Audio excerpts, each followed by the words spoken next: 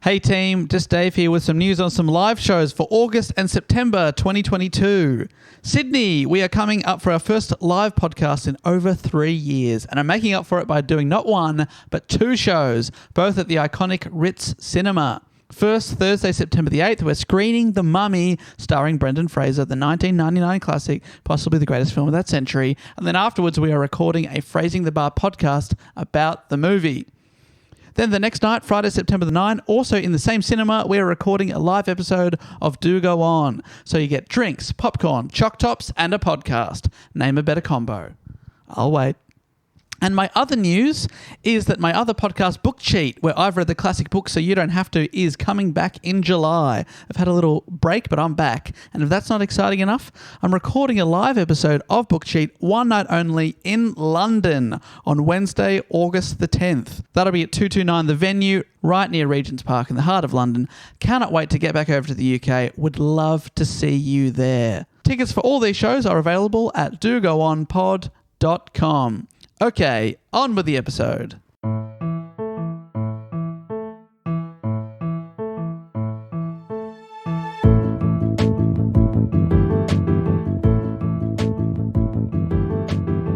Hello and welcome to another episode of Do Go On. My name is Dave Warnke, and as always, I'm here with Matt Stewart.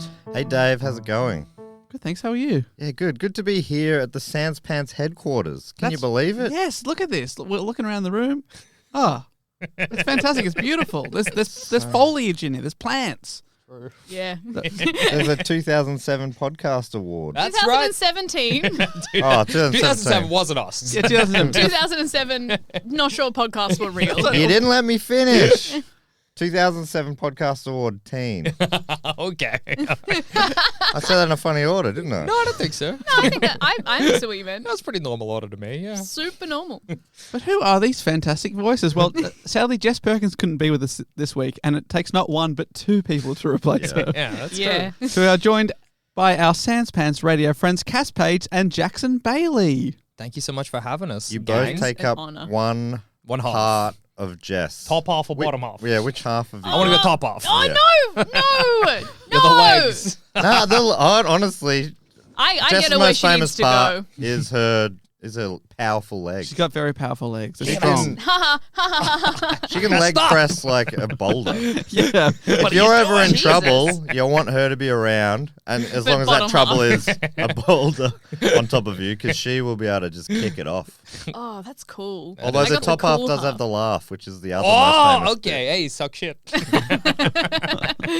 I'll suck shit in off the boulder. bit. Okay. Into... Yeah. All right. Also got Jess's wit there. Appreciate that. No, well, in Cass's defense, she's only the legs. Yeah. I can't be expected to do a head's job. Head's job. Hey, Dave, it's been a while since Jackson's been on the show, and a little while since Cass's been on the show. Do you want to explain to them how it all works? Yeah. Well, what we do here, Jackson, to a lesser extent, Cass, is taking turns to report on a topic often suggested to us by one of the listeners. We go away, do a little bit of research, and bring it back to the group in the form of a report. It is my turn to do that this week. Fabulous. I'm going to tell you about a topic, and to get us onto that topic, I always ask a question. Okay. And I often sometimes get them right. Yeah, sorry to brag. But there is a listener out there keeping a leader tally. Oof. That's So, So you could get on the Oh, yeah. leaderboard. Cool to know we could chart. That's exciting. yeah, exactly. oh hell yeah. You'd instantly be in the top 5, I reckon. Okay, my question to you is, what was introduced near Cairns in 1935, reached Brisbane in 1945, the Northern Territory in 1995, English backpackers. and they didn't make it to WA until 2009? That's got to be the Flavoured cane milk. toad. It is the cane toad. Oh! Sorry, Jackson. That's fun because before the episode, Dave said this is got a real Jackson Bailey energy. What does it mean to And you introduce got it. pests? No, I'm all over it. I love cane toads. You can't let a dog eat them? Yeah. No, it just feels like something that Jackson would be interested in. When I was a kid, my grandparents had a house up kind of north, and it was full of cane toads, and my brother would just collect like heaps of them in a bucket and just carry them around. See, I knew that this would appear. Yeah. I don't know how I knew. And it was So like cool. You shouldn't be touching cane toads, but he would just pick them up bodily and they would chase the cat. Yeah, hell yeah. The cane toads are chasing the cat. Yeah. The cat knew they were poison. Is Are it they true that if you lick them, you get a I think you might just get sick if you I like a cane will be toad. addressing that Okay. later in Oh this my episode. God. Because I wanted to know more about them. Because, I know you can't eat them. Yeah, And you we- can't let other animals eat them. But what, is touching allowed? What if I give allowed. him a little kiss? What if he's been good? Could be a little prince under there. Yeah. You never know. Cat poison. Just for the record, I would have also accepted giant neotropical toad Oh, okay. Ooh. or the marine toad, which are also cool names. Is it the same name for the same guy? Yeah. Why is he the marine toad? He ever in the sea? Yeah. I guess we'll find out. Naval captain? They come from the water. They do. On this episode, we're going to talk about cane toads and other terrible decisions to introduce species around the world. And there's been lots of them. Oh, dear. So strap in. Here we go. Invasive species are among the leading threats to native wildlife. According to the National Wildlife Federation, approximately 42% of threatened or endangered species are at risk due to invasive species. I think I feel a little bit, hypocritical for us European backgrounds in Australia. be- Like, oh, these fucking introduced species. Oh, God. Jackson often brings up, imagine if we didn't introduce any new species. Yeah. And if instead of bringing them over, they were like, oh, we'll just domesticate the ones that are here. Yeah, I think I remember reading somewhere online, they were like, we could have theoretically domesticated the quoll. You know the quoll? Wow. They were like, that would if we'd given the time, we probably could have sorted Given that the out. But instead, we Love went for a cats. quoll. Oh, quolls Beautiful are great. spots. And little grabby hands. Oh, yeah. Oh, delightful. gorgeous. Imagine having a little grabby-handed pet. Oh my god! No, I don't like any creature. I don't like raccoons because I got thumbs. It stresses me. That means I can open locks and use keys and stuff. But in your world, we never would have introduced raccoons. That's true. That's true. I actually read in a couple of places some articles that were like, but really the most invasive species is humans. Yeah, no, I Oh. want to. That would have been funny if I said like that. I love that. Yeah. That's great. We're an invasive species. I right reckon now. actually the most dangerous animal of all is humans. Yeah. Wrong. Bear. But these invasive species also affect humans by damaging natural ecosystems and cost economies billions of dollars per year. But yeah, it is humans that colonize and destroy our own planet. And the spread of most of these species are often because of humans, sometimes unintentionally. Okay. We'll say again from the National Wildlife Federation, the NWF. People and the goods we use travel around the world very quickly, and they often carry uninvited species with them. Ships can carry aquatic organisms in their ballast waters, while smaller boats may carry them on their propellers. Oh. Oh, Yeah, they're hitching a ride. a little guy holding on, getting the most dizzy he's ever been in his life. He'd want to have some grabby hands. Yeah, if you were a mollusk and you'd gone onto the hull of the ship and you watch another mollusk go on the propeller, you'd be happy with your choice. Yeah. but Spinning at 4,000 reps per minute. But you'd come out of it, be like, whoa, I'm the dizziest anyone's ever been in their entire life. Huh, this place looks really weird. It'll go back to normal soon. Yeah. 2 days later, you're like, I don't think it was the spinning. I think something else happened here. Can a mollusk get dizzy even?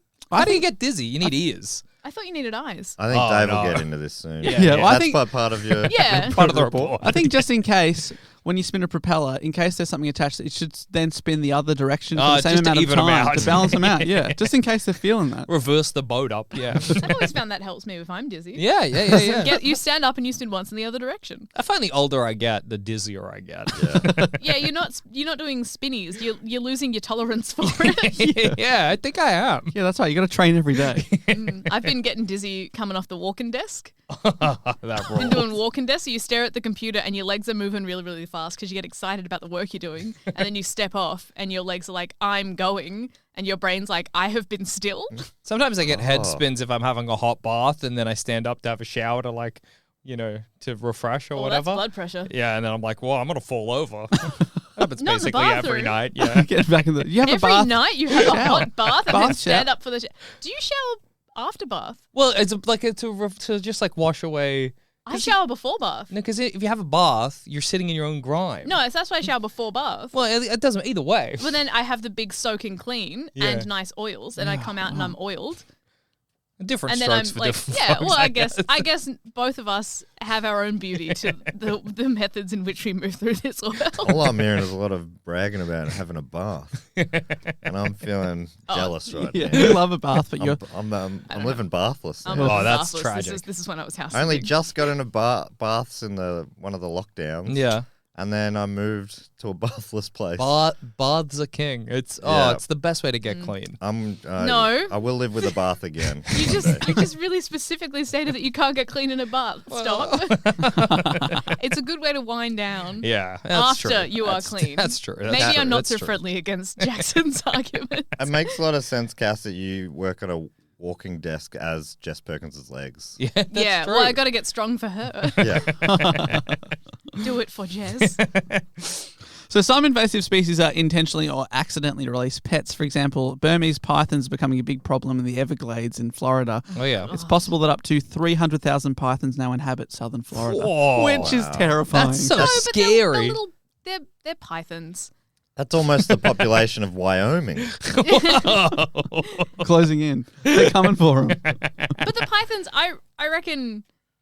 Oh yeah, no, they're still going to be eating stuff. But They're eating frogs and stuff. Yeah, they eat lots of stuff apparently, and Yeah. they're very hard to find. They hide very well. yeah, that would be annoying. But Scary. they're not attacky. Like Yeah, they're just that's going to true. eat little animals, and then they just swallow them whole. They're not venomous. Yeah, yeah, yeah. They're just going to be Still chilling out, still scary. terrified because they're used to life indoors. Yeah. They're just scared little guys trying to eat a little possum. But those examples I've been through there, they're kind of accidents, but not always. What we're going to focus on today is animals that were intentionally introduced by humans into new habitats. And people have been doing that for a while now. In fact, in the 19th and 20th centuries, acclimatization societies began to grow in popularity. These were voluntary associations in the 19th and 20th centuries that encouraged the introduction of non-native species. Why? Well, the first one was founded in Paris in 1854. Okay. And basically, it was, Europeans colonizing and now dominating new areas of the world going, I don't like the stuff here. I miss foxes. Rather than going back to their I miss original... home. Yeah, rather than going home, they were like, let's bring home to this new place. Okay. Here in Victoria, Australia, the Victorian Acclimatisation Society was founded in 1861 by Edward Wilson as an offshoot of the Victorian Zoological Society. Wilson was a journalist and a private collector whose motto was, quote, if it lives, we want it. No dead So animals. snappy. Hell I yeah. love it. Amazing.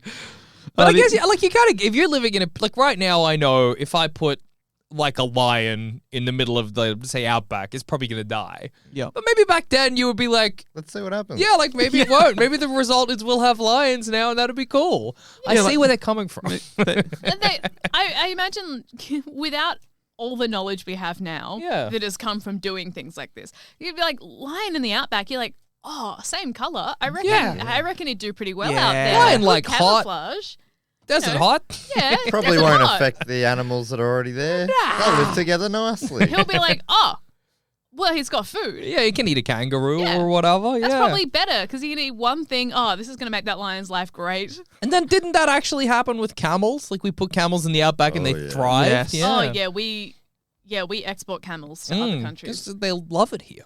Yeah, it's like, are you going to talk about this? But it's No, there's so many incidents I couldn't go through them all, but there's now like 1 million camels in the centre I of think Australia. it's, Yeah. is it the biggest population of wild camels in the world? Yeah, Yeah. and we do like sell some camels, but it's only like 5% of them a year or something. Oh, because really?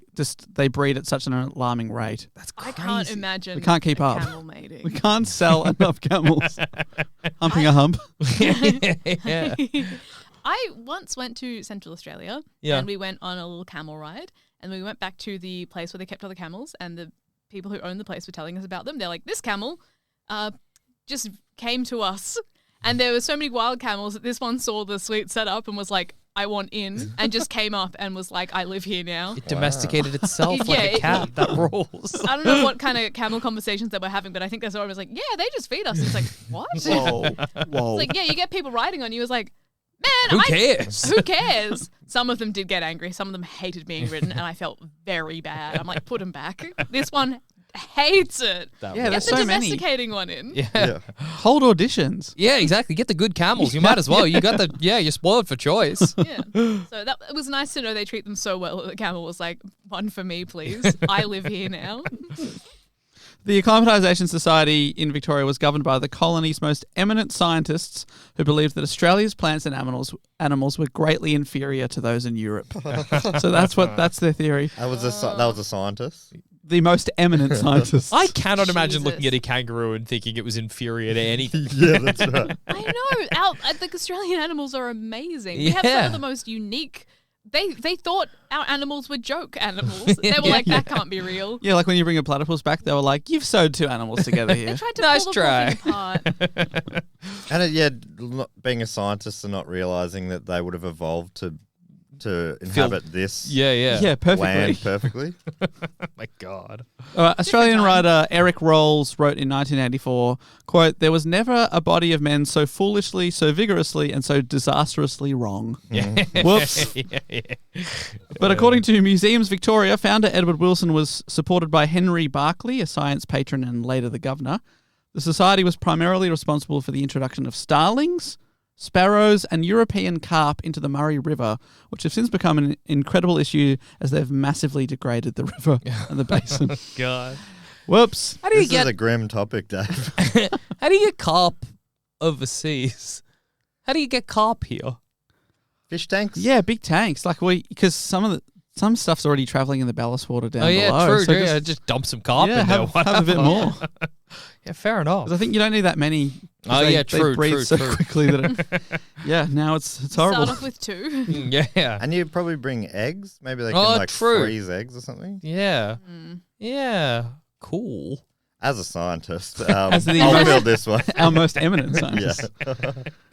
The principle of acclimatization involved transporting fauna from other places in the world to see which animals could adapt and be integrated into a new environment.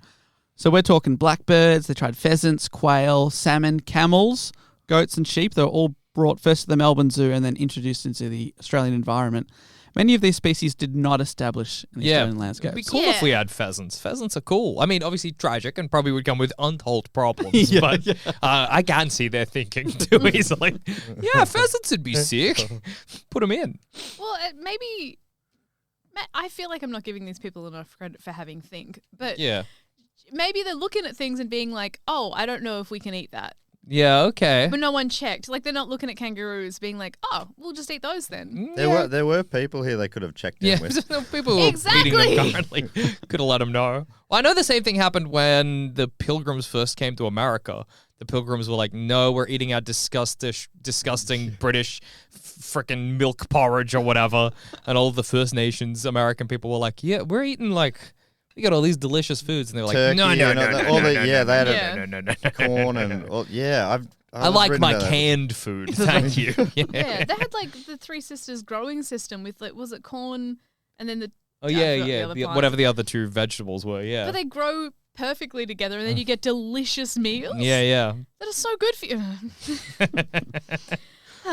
But in fairness for these people, the acclimatization wasn't just a one-way exercise. The Okay. society also sent echidnas to London, wombats to Paris, kangaroos to Mauritius, and possums to New Zealand. They were hoping to use the possum as a source of food and fibre and fur pelts for clothing. Possums are now widespread across most of New Zealand and have had a significant impact on many of the local natural ecosystems. Yeah, you're allowed to kill the possums in New Zealand. In the- Yeah, they'll They'll sell let you. Yeah. sell a lot of possum skin Mm. merch in all their shops over there. Yeah. All of their shops. All of the shops. In the 1980s, the population peaked at 60 to 70 million possums. Oh my Whoa. god, Jesus. far That's out. way more than the population of Wyoming. Yeah, how many dozen possums does each person of Wyoming have to kill to take down We get this population? everybody from Wyoming into New Zealand with one goal in mind. How did they? Do we know how the echidnas and what? I mean, I know presumably not well because it's That's right. There's not like a bunch of echidnas in Britain or whatever, but like It does feel like unless it became a problem, they did. That means they didn't do well. I think you're right. Imagine just having because London, Yeah. there's not enough places for them to burrow. Yeah. So I can immediately see some problems. But imagine if they'd become like, I don't know, little street echidnas and then, burrowing into holes in buildings that mice had previously dug Yeah. out, and then the caves had gotten too big for the mice to feel safe in. Yeah. Like Like just, a pest. Yeah, That would be it's very. like native Australian animals. Only some of them have really adapted to the suburban sprawl. Yeah, like yeah. possums are everywhere. Yeah, still, true. But you don't see a lot of echidnas. All right, for me, favorite Aussie animal, native animal, Oh, wombat. wombat. I think I'm a koala man. Yeah, they're great. I'd say wombat too, but echidna for me. Just seeing them, how they sort of they womble along, kind of like a wombat. I love an echidna too. Oh, Also yeah, love echidnas that- are great. Because a couple of times I saw them in my house growing up, and Whoa. they are in it's semi-suburbia. They're pretty suburban, and they're wandering around. But the look of not giving a shit because they're like, come at me, try Yeah, and touch I'm me. covered in spikes, I'm idiot. covered in spikes. They would have learnt so quickly. People are like, oh, I can't touch you. They're like, yeah. Yeah. Your brother picks them up, doesn't he? Yeah, my brother, he picks them up. He Puts just, them in a bucket. Yeah, puts them in a bucket. No, he just digs his hands underneath and pulls them out of the earth. A fun thing you do, if you ever see an echidna, obviously the first thing they do is they just like burrow down and hunker down. But if you just stand very still, eventually the echidna's like, oh, I guess they're gone. And then just starts walking away and you can watch it for They're ages. so funny. Yeah, I they're love great. them. I love how all they care about is getting their little ants and stuff. Oh, yeah. They'll just like nose to the ground, like sniffing for truffles or something. They couldn't care less about you. Oh, yeah. They roll. Great animal. Yeah, a fantastic animal. Fantastic animal. I do love how wombats are like Jess Perkins' legs. So solid, Yeah. so strong. yeah. Thankfully, I don't know anyone this has happened to personally, but if you've got any international listeners, if you hit a wombat with your car, people are like, fuck, are you okay? Yeah, I've been in Yeah. a car that hit a wombat, and the wombat was fine, but we had to pull into a car park, and it was like it hit a rock, and the underside of the car was just destroyed. They are so Yeah. I solid. love nugget animals. Yeah, the Nuggety wombat animals would- are my favorite. Whatever, we just kept walking. I used to want to like a pet wombat when I was younger, and I looked it up to see what you could do, and there were all these websites where they're like, adopt a wombat, and I'm Yeah. like, this is a cartoon that an artist has put a lot of work into. You're giving the money to wombat sanctuaries. Found out that you can adopt baby wombats that have been orphaned, Oh, yeah. but once they hit heat, then they get released into the wild. So you literally only get them for the cute phase of their life. That rules. And I was like, I'll do that. I'll like nurse a wombat to make sure it's healthy and like Yeah. can like be in the wild. But my home wasn't set up well enough, and then I moved out into an apartment. I'm like, well, I can't keep a wombat in an apartment. I've never lived in a wombat safe house. You put that on the lease. Oh, I've got a wombat. I Hope that's reckon okay. I reckon if you own a native animal and someone comes in on your house inspection day and they're like, why is there a wombat in here? You're like, it came in, and Honestly. honestly, they're scary, right? Yeah. And hopefully the person's like, yeah, they're pretty scary. Have you heard what happens when you hit them with your car? I'm like, I'm just waiting for him to leave. Yeah, oh, it's actually been here longer than us. So really, if anything, We should go. We should go. Yeah. This is his house. He lives here. So apologies to the New Zealanders about the possum. So sorry about that. Yeah. But back in Australia, 6 rabbits had been brought over by the First Fleet in 1788. Oh. But the godfather of rabbits in Australia, as I assume he demanded to be called, Oh, yeah. was a guy called Thomas Austin, who was a hunter and a member of the Acclimatisation Society I spoke about. Good. In 1859, he introduced 12 pairs of rabbits, hoping to hunt them for sport on his property, Barwon Park at Winchelsea in Victoria's Western District. Rabbits are able to produce tenfold in one season, and a website called Australian Food Timeline, which I'm a big fan of, Oh, hell yeah. writes that just 7 years after Austin introduced the rabbits at his property, he received a visit from Prince Alfred, Duke of Edinburgh, the second son of Queen Victoria. A report in the Illustrated Australian News recounted that the prince shot 416 rabbits in 3.5 hours, and his gun became so hot that they blistered the hands of the loader.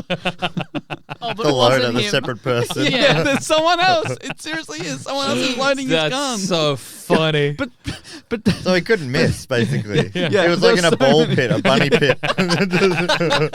Oh my god! And then some poor guy saying, "Your Majesty, it's burning my hand." Shooting Stop rabbits. killing. You've killed enough. You Oh. can't eat all of these before they go bad. And this is the time where it probably took 5 minutes to reload the gun. So he'd only fired 4 bullets in that time and killed 400 rabbits.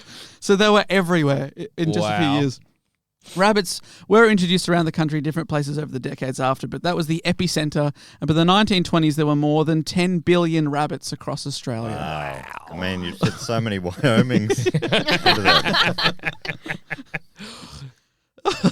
Thomas Austin was praised during his lifetime for bringing these rabbits, but has copped a lot of flack for the rabbits since, I will say. His widow, this will be interesting to Melbourneites, Elizabeth Austin, founded what would become the Austin Hospital. Oh, in wow. Melbourne. Huh. Cool. That's a There you go. So better contribution. Yeah, she's got a better Yeah. reputation. They balanced out, maybe. What do we think do we think they balanced out? I don't know. The It native must animals be- probably don't think so. The Yeah, they native probably animals probably disagree. don't think so, but I reckon a lot of people's lives would have been saved. I reckon a hospital did a bit for health. Bloody hell, you reckon? I reckon, maybe. This was so when the prince came, apparently I read that they were a bit embarrassed because their mansion wasn't mansiony enough. Oh, yeah. So after he left, they built an even bigger mansion in case he ever came back. But then within the year, Thomas himself died, so he never got to appreciate That's... His second the mansion. royalty. Yeah. Yeah, the second mansion on his massive property. Wow. And he also never got to appreciate the devastation that he alone caused. Yeah, he never knew. So that's in Australia. In the USA, their Thomas Austin was a German immigrant named Eugene Scheffelin.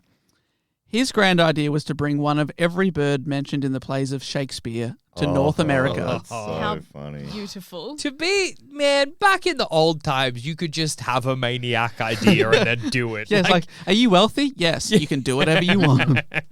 Fetch me a bird.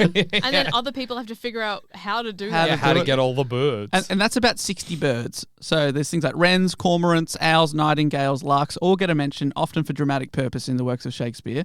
But the one that really took off was the starling. According to the BBC, one cold winter's day, Eugene released 60 starlings into New York Central Park in the hope that they would start breeding.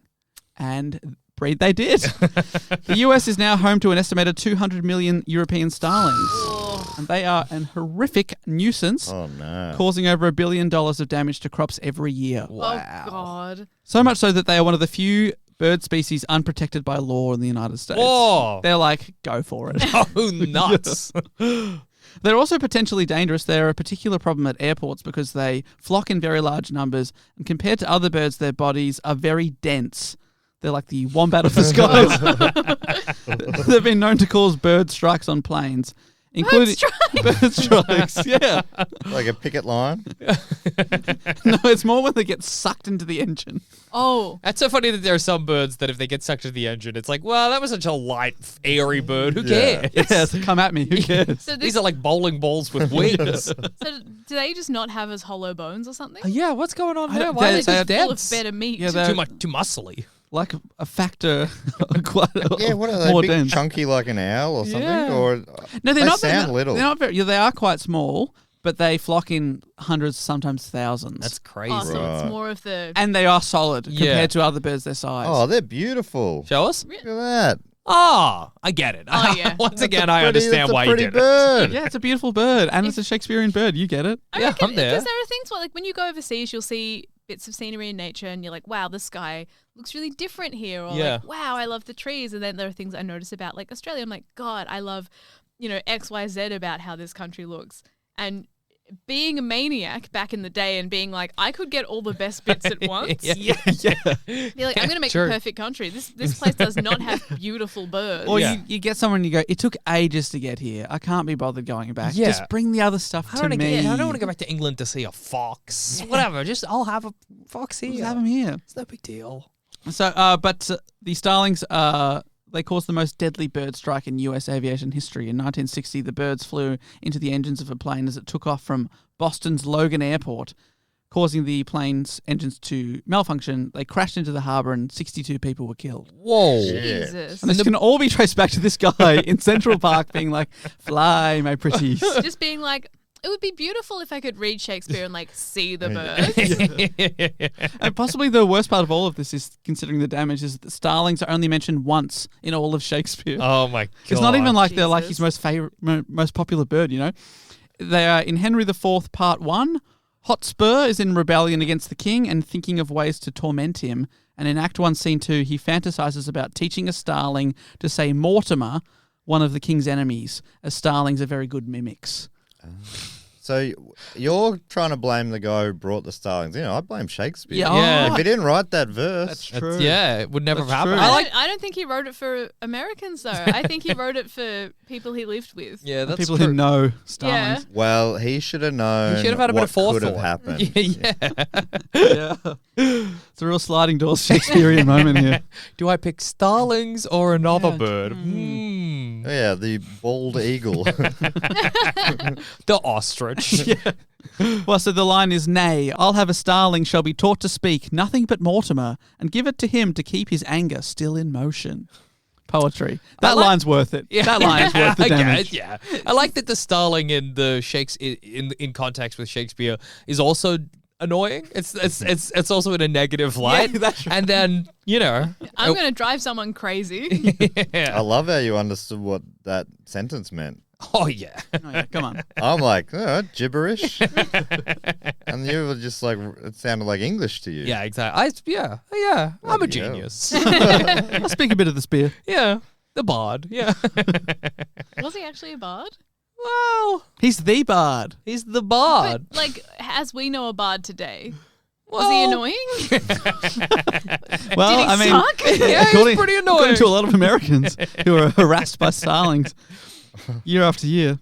Australia has had its own fair share of terrible decisions to introduce birds, namely the myna bird. Oh yeah. We Screw do, that and guy. I feel bad because we do have a native myna bird. Yeah. That's true. And sometimes people confuse them and get angry at them. I have done it in my past, Mm-hmm. gotten angry at the wrong bird, and then I felt awful. I'm like, sorry, you're doing everything right. You're not breaking anything weird. Yeah. I'm getting bad at the wrong bird. So They yeah, hunt in packs as well, the introduced ones. yeah, so They're that's the common territorial. myna, Mm-hmm. and our ones are called the noisy myna. Yeah. They've changed it to common. It used to be called the Indian miner. Yeah. Yes, yeah, because yeah. so they're native to India and southern Asia, and according to PetSmart, the common myna are popular birds in their source countries as crop pest control agents Oh, okay. and as symbols of undying love associated with their habit of pairing for life. Oh, that's nice. nice. Beautiful. Just not here. Yeah.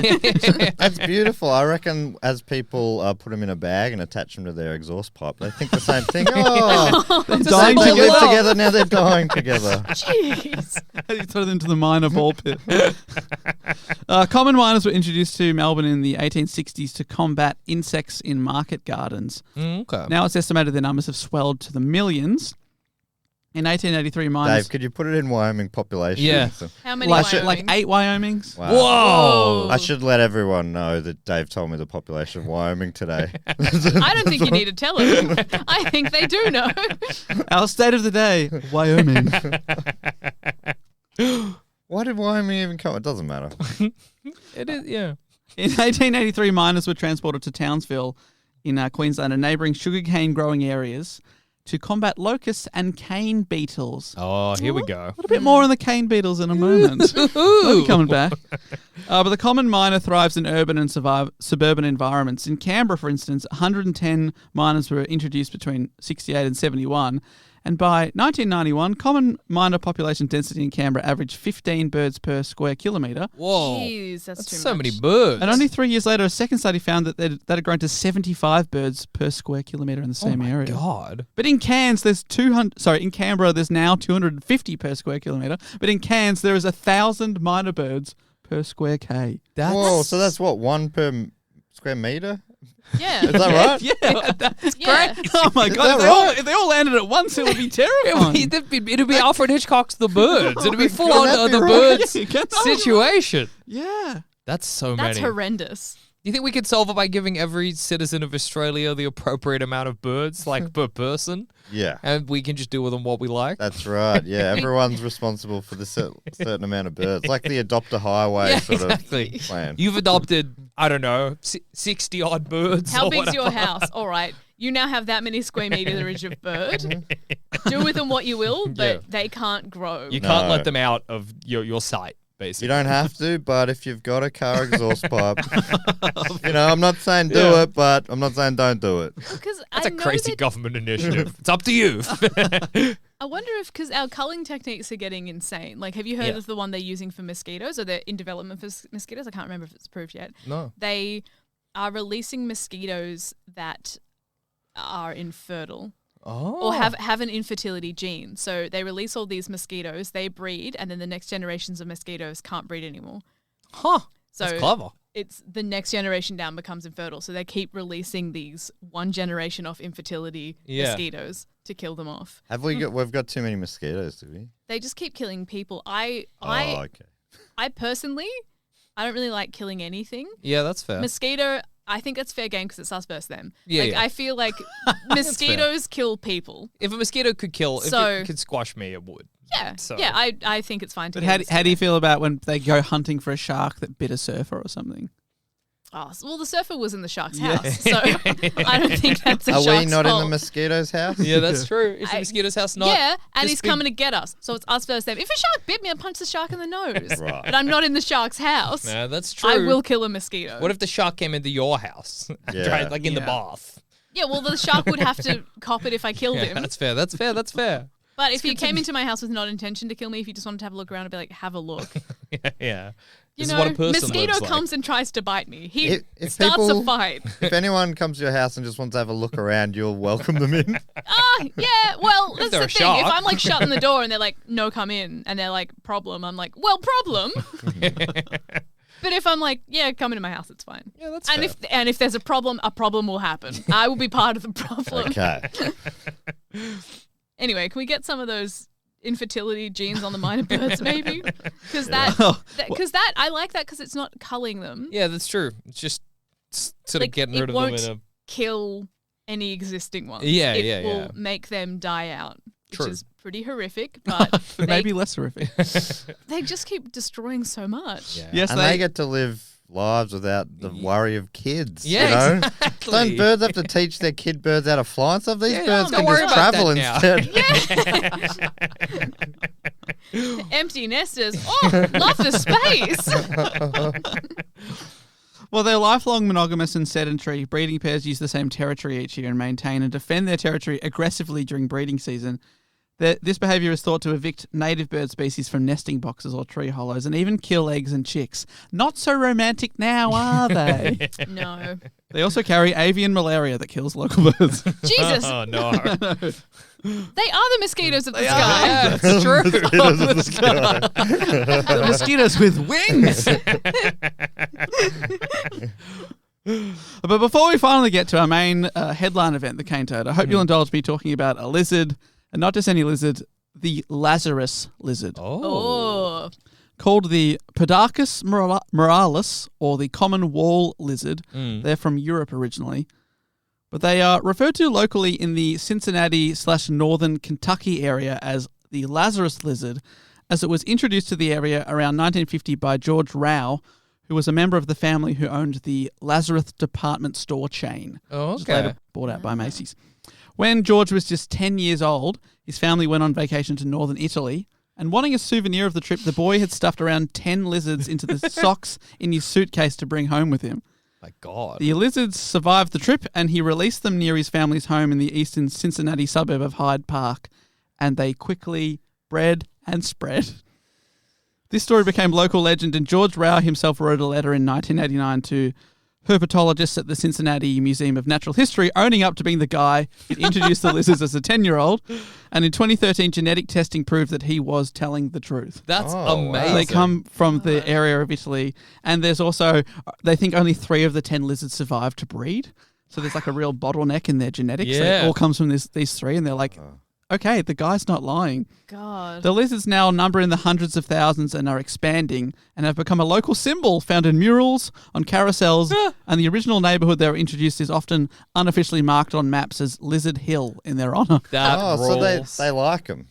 Yeah. Locals have got into them. Yeah, are they as devastating, these Lazarus I think lizards? they eat some stuff, yeah. Yeah. Yeah, okay. But I just thought it was so funny that a 10-year-old kid. I know, because like he's not expecting. I think there's so much that's funny about that. One, he's like, I need a souvenir.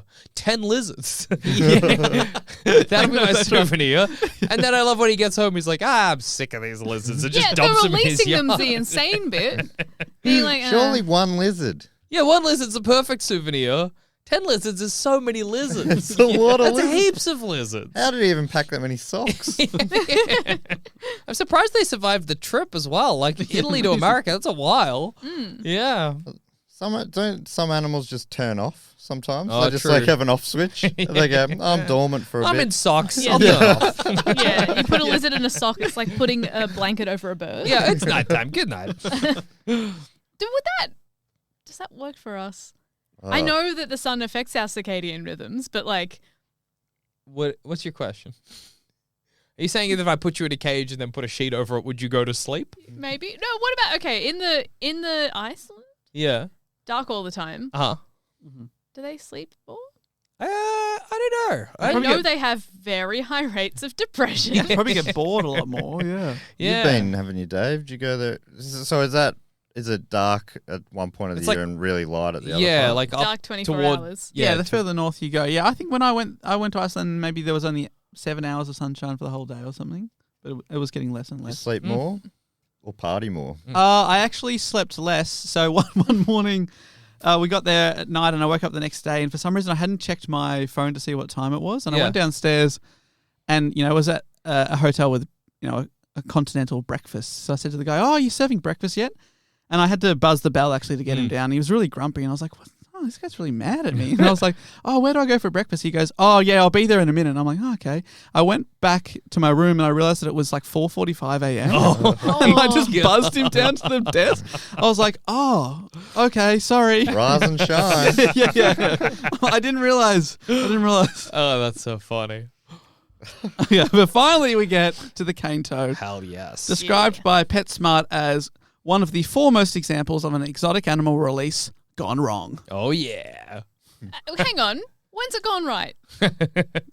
Yeah. They put some kangaroos in France. It's pretty cool. I will actually, in this story, Yeah. talk about an example gone right. That's exciting. There are a couple. Honestly, they seem to be few and far between. What about the dingo? Yeah, that's true. That went pretty well, right? Yeah. I mean, it happened so long ago that I think some people call them native. Yeah, but they were dogs. definitely introduced. They were from like East Timor, right? Yeah. Down into Well, like Don't 2 think or I 3. even knew that. It was like a few thousand years ago. yeah, 5,000 a long time ago. But I don't know really when, because people talk about that them being introduced, but I guess because we have so little idea of the like connection between Australia and kind of like Southeast Asia, we don't know who was trading what or whatever. Like, how did the Yeah. dingo come from who? You know? Yeah, it must have been. Yeah, obviously via boat. Yeah. They Well, did- or did they swim? Doggy Yeah, paddle. just a swim. Yeah, yeah. they perfected doggy paddle. I know there was a lot of trade between the people in the northern tip of Australia and the southern set of islands or whatever, where they would come down here from Southeast Asia to trade to collect sea cucumbers, and then the First Nations Australian people would help them farm the sea cucumbers and stuff. So there was maybe it was that. Maybe that's how the dingo came here. I don't know. This is from the Australian Museum website. Yeah. Quoting a guy called Jackson. Oh my. I Maybe don't it was me. Maybe I wrote this. I don't know. So the dingo is Australia's wild dog. It is an ancient breed of domestic dog that was introduced to Australia probably by Asian seafarers about 4,000 years ago. Its origins have been traced back to early breeds of domestic dogs in Southeast Asia. That's cool. That would have been insane for the people here, just being like, "Is that a new kind of guy?" What? Holy. What about that dog that's got 2 noses? You know this dog? No, I think it's from Southeast Asia. It's doesn't like, smell. How does it no, smell? so it's got really well. smells twice as well. No, it's more like its nose is bisected down the middle, so its nostrils are on like 2 separate snouts, with like a weird divot in the middle. And it's I don't think it exists anymore, but it definitely existed for a while. Yeah, the old Gotta two-nosed look, dog. the idea of that makes me feel a bit sick. I Yeah, gotta it's like check. a normal. He's fine. The dog's getting by. Yeah. Don't worry about the dog.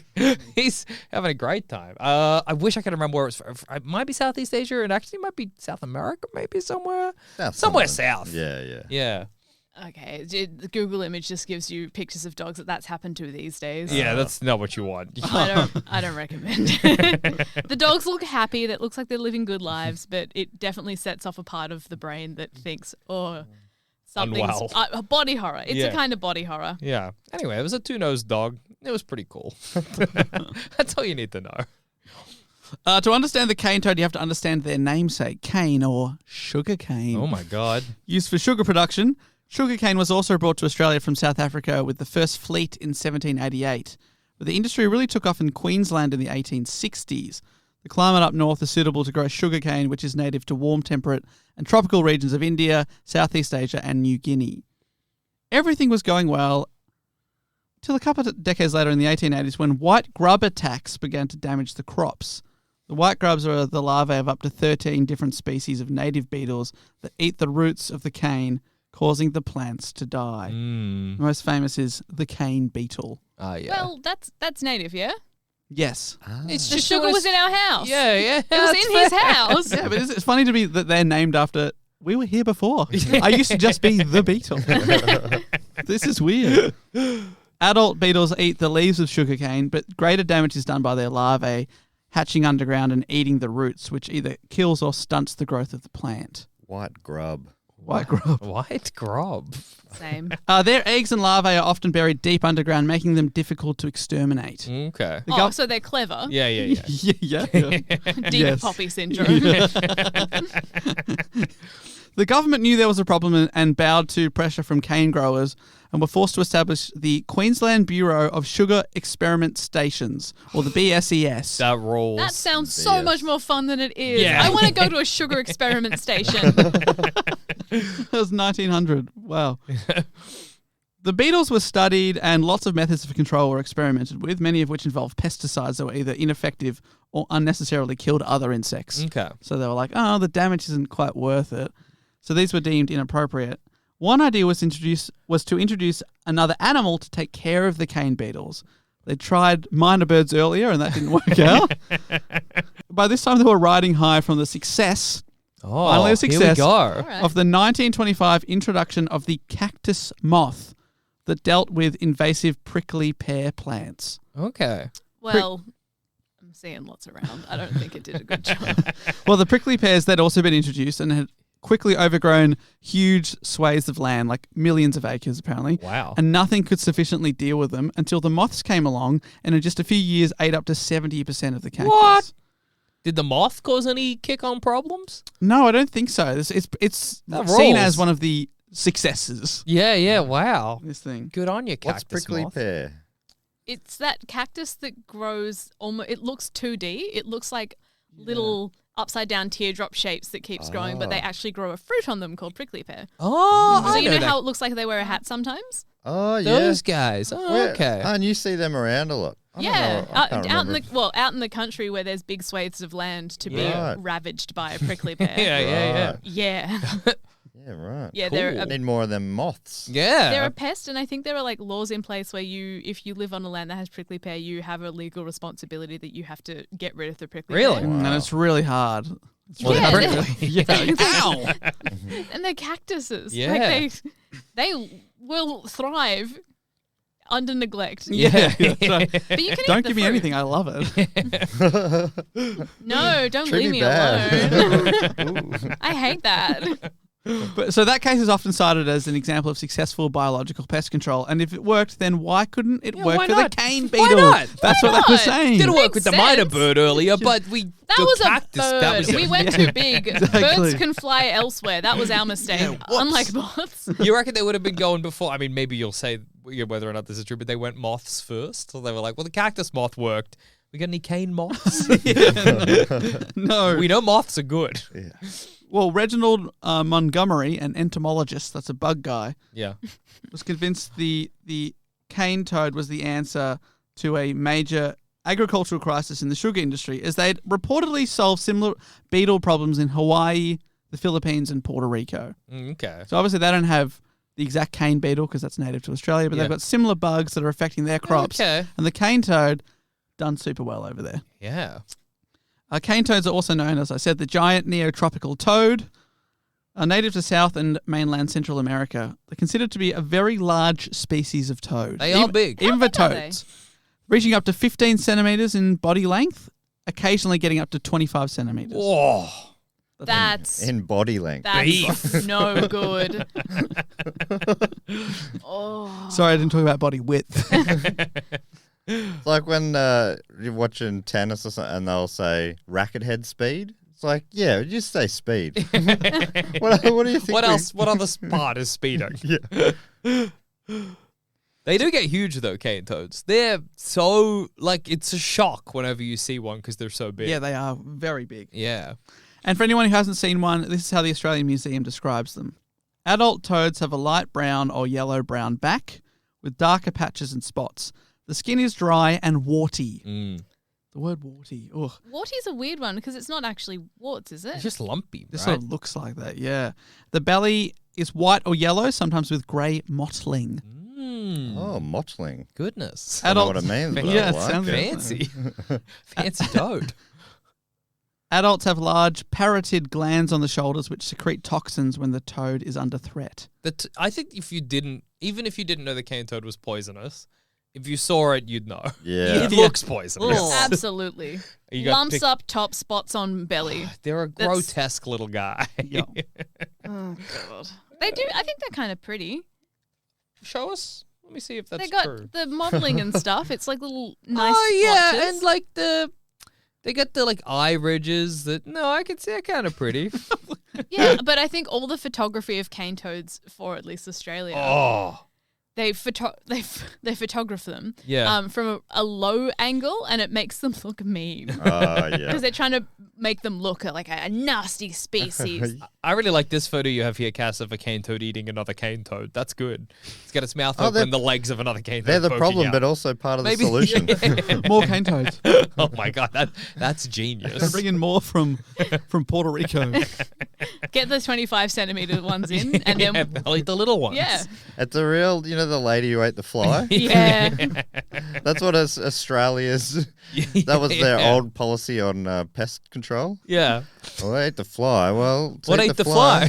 Okay, well we're gonna. We'll I have to think eat a we- frog or Get whatever. the frog in. Get the frog in. We'll find something that eats a frog, and then eventually it's big enough to. Yeah, we'll figure it out. Yeah. Eventually, we're putting blue whales out on into the cane fields. It's like lowering them from a helicopter. Open up. So Reginald Montgomery was pushing to use the toads to take on the cane beetles. This is again from PetSmart. They're right. In June 1935, Montgomery travelled to Hawaii, where he captured 102 toads and brought them back to Australia.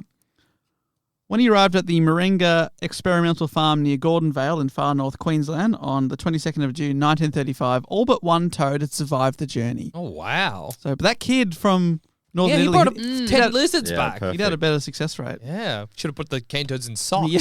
clearly. Yeah, socks that had been worn by a boy. Boy socks.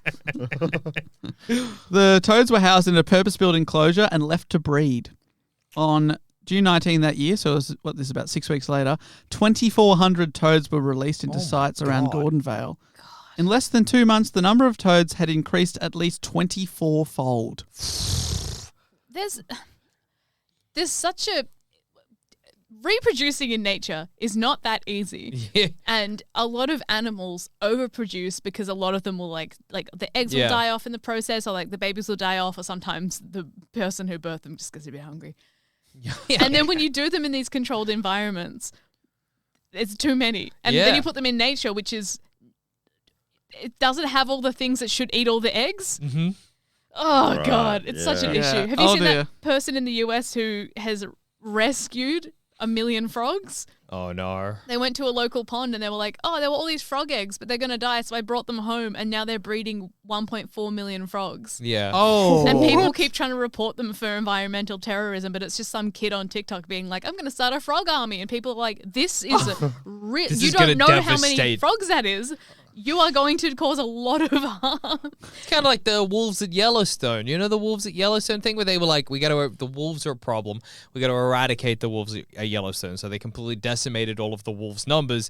And then what happened is that the wolves weren't eating the deer, and that meant that the deer population was going crazy. And because there were so many deers, the deers were eating all of the foliage. And because all the foliage was being eaten, it meant that the weather and stuff could have a far more devastating effect because there weren't the trees to prevent erosion. Yellowstone, and because the weather was having it, and it just had this insane kick-on effect, so they had to reintroduce wolves back into Yellowstone to eat all the deer because it was causing such a massive problem. Why are they worried about the wolves in the first place? I think they were like, oh, the wolves are probably going to eat us or whatever, you know. So they were not introduced. They were No, it was basically just like part of the oh my God. the environment and the ecosystem, and they were like, well, the wolves are scary. How do we keep making this mistake? I know, humans are really dumb. Yeah, everything's set up morons. perfectly. It's in a perfect balance. Yeah. Let's fuck with it a little bit.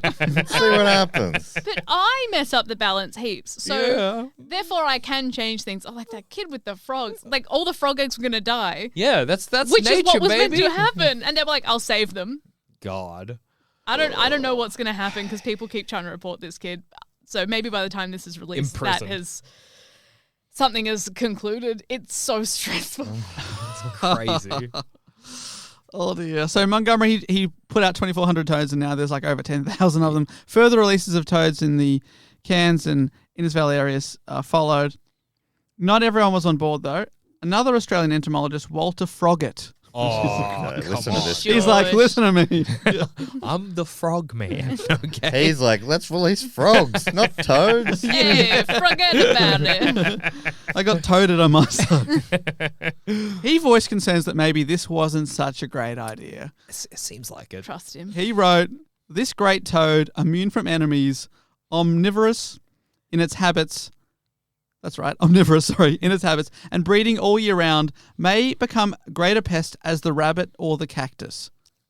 You know, he's like, you know that thing that we're worried about? Hey, remember how we've done this multiple times and you're citing one time? This could happen again. He convinced the government to ban the introduction, but this ban was soon overturned. The government changed and they went, nah, it's good, it's a good idea. The toads. Yeah. Not doing it isn't working. Maybe doing it will change something. By March 1937, some 62,000 toadlets, baby toads, were bred in. Cute. It does. Yeah, they got us. That's what got the government back on board. They're only toadlets. After only babies. Fuck you, Froggatt. They were bred in captivity and then released in some areas around Cairns, Gordon Vale, Innisfail in northern Queensland. More toads were released around Ingram, Ayr, Mackay and Bundaberg, and the toads spread like wildfire. Like wildfire. Oh dear. Oh dear. But at least they meant there'd be less beetles, right? Yeah, surely. The one question you think they consider is, they actually eat cane beetles, right? Right? Cane toads, cane beetles. Surely. Makes sense. Surely, Kane. Yeah. Well, this is debated. Again from PetSmart, which has a great article that I'll link to in the show notes. There is no evidence of any pre-release testing by the Queensland Bureau of Sugarmint Experiment Station entomologists to determine if the toads even ate the cane beetles. That's amazing. They had to breed them and feed them. Why didn't they just... Feed them. They had to check. But also, you got to think, like, I reckon a cane toad will probably eat anything, really. So, like, you give it a cane beetle and it eats it, you're like, yeah, I mean, there we go. Oh, true. But they eat mice room. and stuff. They don't care. Yeah. The beetles that the toads were supposed to control were native Australian species, different to those causing problems in Hawaii, Puerto Rico. Yet no trials were carried out to see if this translated to Australian conditions. Risk assessments of potential harms from the introduced species were not done either. Yeah, good. Others say, no, they do eat some of the larvae at the bottom of the cane toads like they're supposed to. Okay. But they are also terrible for other native animals around them. It just so happens that the cane toads are toxic at all life stages, from eggs to adults. Oh, wow. And then their bodies as well. Same here. It's good to be consistent. Yeah. They have large swellings called parotoid glands on each shoulder behind their eardrums. This is where they carry their milky white toxin known as buffer toxin. Oh. Sounds scary. Yeah. Their skin and other glands across their backs are also toxic. Their poison couldn't even be pleasant. Yeah, it's all gross. It's all milky and disgusting. Milky sounds pleasant to me. I feel like a milky poison is worse. Like if someone's like, you've got two poisons in front of you. One's milky, one's clear. Oh. Do you want the clear one, or is clear worse? I feel like clear is going to get the job done in the quickest amount of time. That's what I think with as well. Least damage to me. Milk sounds painful for some reason. Yeah, I don't know why. I feel like milk, whatever's going to happen, you're going to have the worst surprise. Yeah. Where if it's, glowing green or red or something. I'm like, nah, I'm getting what I get, That's a classic poison. Yeah. Milky secretion. Ah, yeah, it's funny. I'd go the milky one. Really? What's Yeah. appealing about the milky I poison? don't know, I think it's reminding me of Milk? there was some sort of a medicine I'm vaguely remembering as a kid Oh, had yeah. that milky color. I think I know the medicine you mean. Yeah, Was and it kind of like cherry flavor? yeah, maybe. Yeah, and Yeah. it was Oh, for throats. yeah, maybe Yeah. for throats. And I'm like, so I think that's all it is. Okay. Medicine's like a poison. Yeah, Yeah. it's a good poison. Yeah, positive poison. Well, native animals to Australia hadn't had time to adapt to the milky poison.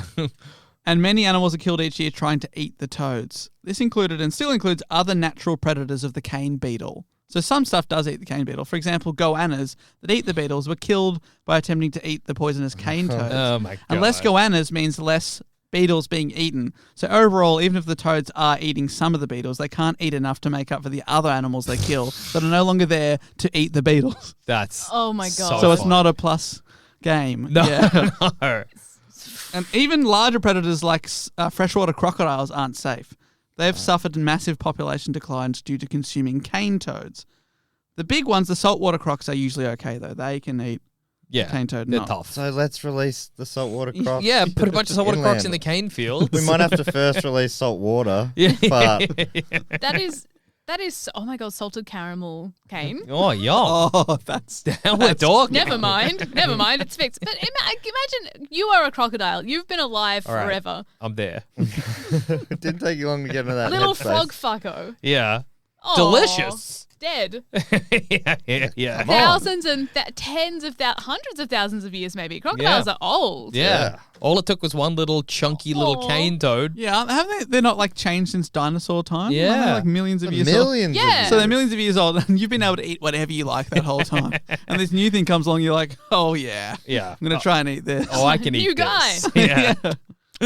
And then they get killed. They're bite-sized so as well big. for like a saltwater crocodile. It's insane you know? that fresh crocodile human. can that poison ratio It's is enough. That's enough. Like Enough. even Yeah. like You think it'd obviously be don't upset feed your dog stomach chocolate, or something. but Yeah, like yeah. You can feed a dog a little bit of chocolate. It's like all about size Yeah. ratio. Yeah. Don't do it. You It's can bad feed a for dog them. a little They will chocolate, be that's sick, true. but they won't die. And like that's so toxic if Yeah. it's killing a whole croc. Am I remembering this wrong? That some animals lick them to get a natural high? Is that something else? I think that's a kind of toad. I That's a haven't read that different about cane kind of toad, toads. No, Yeah. some animals do eat them. So there's a myth that nothing can eat them. But Yeah. so things that eat them include wolf spiders, Okay, Oh, let's that's release cool. wolf That's spiders. insane. You know, That rolls. red-bellied black snakes. Oh, Yeah. okay. Release the snakes. They're Yeah. venomous also. Put the snakes in the cane. Everybody just wears tough boots or whatever when they're dealing with the cane. They're really venomous Sugar. as well, aren't they? I think Yeah, that's one of the top two. absolutely. Wolf spiders are also exceptionally venomous. Yeah. We have really cooked it. Native water rats can have a go. Oh, okay. Oh, they're cute. Yeah, that's Talking So about like wet. Jay Lagaya. Crows. Oh, okay. Crows can eat them. Some kookaburras can eat toads and be fine, while others drop dead immediately. So they're playing roulette. Oh. Oh, wow. So So what is it? Just like a genetic thing in the kookaburra that means that yeah. Some of them that's crazy. aren't susceptible to the poison. And as for humans, from the start, this is from the World Wildlife Fund, who see it as their duty to spread awareness. Despite popular urban legend that licking cane toads can get you high, this is purely a myth. However, humans can get incredibly ill if the toxin is ingested, and if sprayed with, it can cause intense pain, temporary blindness, and inflammation. If this is what it can do to humans, then it can definitely kill dogs, other household pets, and native animals. So they're saying, don't lick a toad. Surely Don't there lick was a a toad. period of time where, because that myth is so prevalent, Yeah. like people were I like, believed let's, until today. let's get high and lick some cane toads. I thought- Oh, no. I thought it was other kinds of toads. I thought there were special licking toads. Right. Yeah. I think there might be, maybe. Yeah. Just don't lick a cane toad. Yeah, that one's just The poison. same as mushrooms. You got to pick the right one. Yeah. Yeah, well, There's like mushrooms- thousands of species of mushroom. You just got to get the right one. Yeah. Portobello, these are doing nothing for me. I just feel nourished. This is a scam. So not any things can eat them, but they can in turn eat anything. Yeah, okay. In fact, they will eat anything that they can swallow. They'll eat anything, both dead and living. This includes pet food that they come across, animals that are dead. They'll just eat anything they find, household scraps, But they mostly That's exist on handy. That could come in Yeah, handy. put one in your. We just put Veggie every patch house and you- gets what their green bin Yeah. has a cane toad in it. It's just a cane toad at the bottom of a bucket. But you don't let them out. No. Well, It just actually- gets big. Why not all of them? If they can eat anything, why don't you put them in also in the recycling cans? Probably. Put them in yeah. the tip. Yeah, put them in the tip and they'll We should just set them up in landfill. Yeah. And they'd be happy they've got something to eat. Yeah, you just give Go like to a the ground. We're make bringing sure it to them. there's a protective wall so they're not getting out. It's toxic anyway. Has They'll anyone be thought fine. about this? Hang on, use hang your on. brains, guys. Yeah. Are we trying to fix something by introducing a species? Is this how it starts? Yeah. They haven't made it to Melbourne yet, but maybe we could just bring them in the down tip, here. it'll be Put 'em in the fine. tip. They mostly exist on a diet of living insects. Okay. But There are bugs in the tip. I Yeah. know, I'm back on board. Yeah. sadly, they just don't eat enough of the cane beetle to satisfy people. That's so funny. They also reproduce at an incredibly alarming rate. Female cane toads lay anywhere between 8 to 30,000 eggs twice a year. Oh my god. These eggs hatch within 1 to 3 days and tiny tadpoles emerge. Do you mean 8, like single 8,000. digit? Oh, 8,000. Oh, okay, yeah, I was I'm also like, thinking what a that. wide range. No, it's 8,000 to 30,000. Okay. That's still pretty huge. So yeah, even on the low end, it's still a shitload. yeah. Two cane toads could produce 60,000 cane toads within a year. That's Yep. bonkers. That's banned. And then, so Tell they them. become tadpoles after 3 days. The tadpoles become toads after about a month.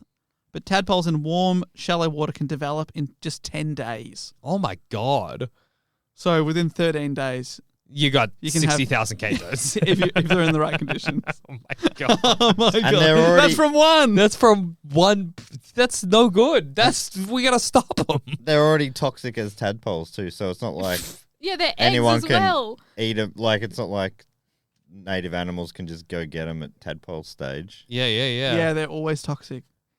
Jesus. Most sources estimate there's now 200 million cane toads across Australia, although some put this figure as high as 1.5 billion. How many Wyomings is that? Yeah. Do the Oh, Wyoming you're math. mathematician. That's Wyoming number of Wyomings. We've got exponential Wyoming here. Wyoming squared. Yeah. All in all, this means they have no natural predators, or no serious natural predators. You know, some eat them. but they- Casual, bro. Yeah. Exactly. They can't keep up and kill almost anything that they touch. They typically devastate local native predators by 90% within a few months of their arrival. Wow. And like I said at the top of the episode, cane toads have expanded through Australia's northern landscape, and they are now moving westward at an estimated 40 to 60 kilometres per year. In February 2009, cane toads crossed the Western Australian border with Northern Territory, which is over 2,000 kilometres from the site they were first released 74 Yeah, years earlier. going for it. So Look they at 'em really- go. You gotta admire it. yeah.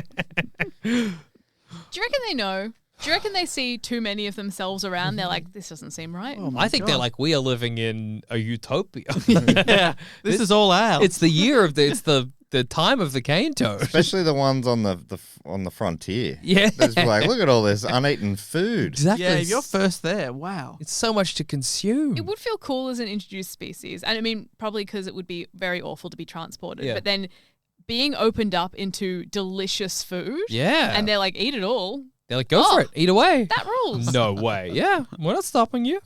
Go. We can't. We're trying. Well, just like the cane beetle before it, lots of ways to eradicate the pest have been proposed. In 2012, researchers experimented with training predators to avoid larger cane toads by feeding them smaller specimens, which would make them ill but would not kill them. Okay. Like a vaccine. Yeah. Well, they call these taste aversion strategies, including feeding sausages made of minced amphibians to northern quolls. Oh. The quoll, The qual's Rolls it back. a carnivorous marsupial. Dave, it's nothing like a vaccine. Forget what I just said before. Yeah, we don't get little minced COVIDs. Little COVID sausage. Oh, God, that'd be good. Imagine if all of the government rollouts were sausage for us. We got democracy sausage and they're like, here's a COVID sausage. They're like, everyone line up for your flu sausage. Oh, there'd still be people saying, don't eat the sausage. Don't eat the sausage. The government sausage is controlling your mind. How do we know where it was cooked? It'd How be do much we more know? believable that there were microchips in a sausage. It's easier Yeah. to fit a microchip in a sausage. Yeah. Make sure to swallow. You feel it crunch. You'd be like, They're like, swallow all the gristle. Make sure. or you'd have, you know how some people for the vaccine were like, okay, when you get vaccinated, wrap your arm in like what it was, charcoal or something. They're like, it'll suck the microchip out or like magnetize your arm and it'll negate it. Why are you telling me this now? But it was like, do this in the hours after your vaccine and all the microchips will be gone or whatever. Be like, all right, eat the sausage, but chew.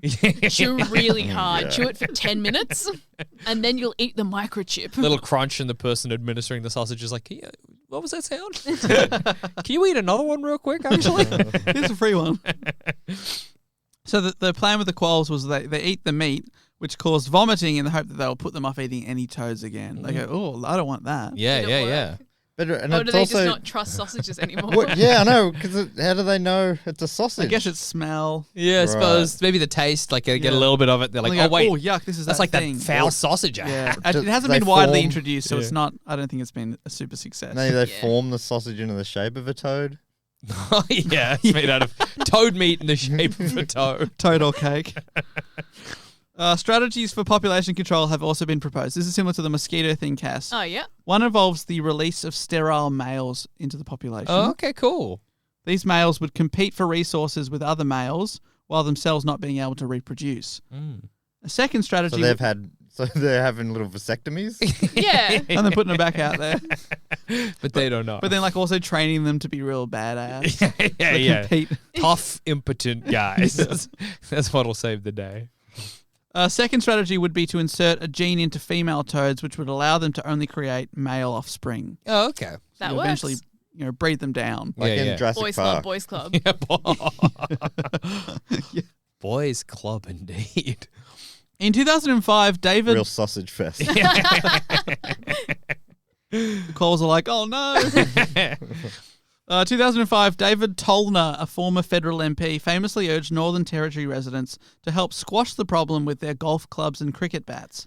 Oh no, that wasn't a fun little Pun. Yeah, that was just what's happening. So effectively turning eradication into sport. Animal rights groups were outraged at this, and he copped a lot of backlash. I have heard that hitting cane toads with the car makes a really big bang. Oh. Like running them over makes a noise, and I think people Is that 'cause it for a pops? while were encouraged. Yeah, it makes a big popping noise, and people for a while were like, Pretty cool. if you see a cane toad, you run it over.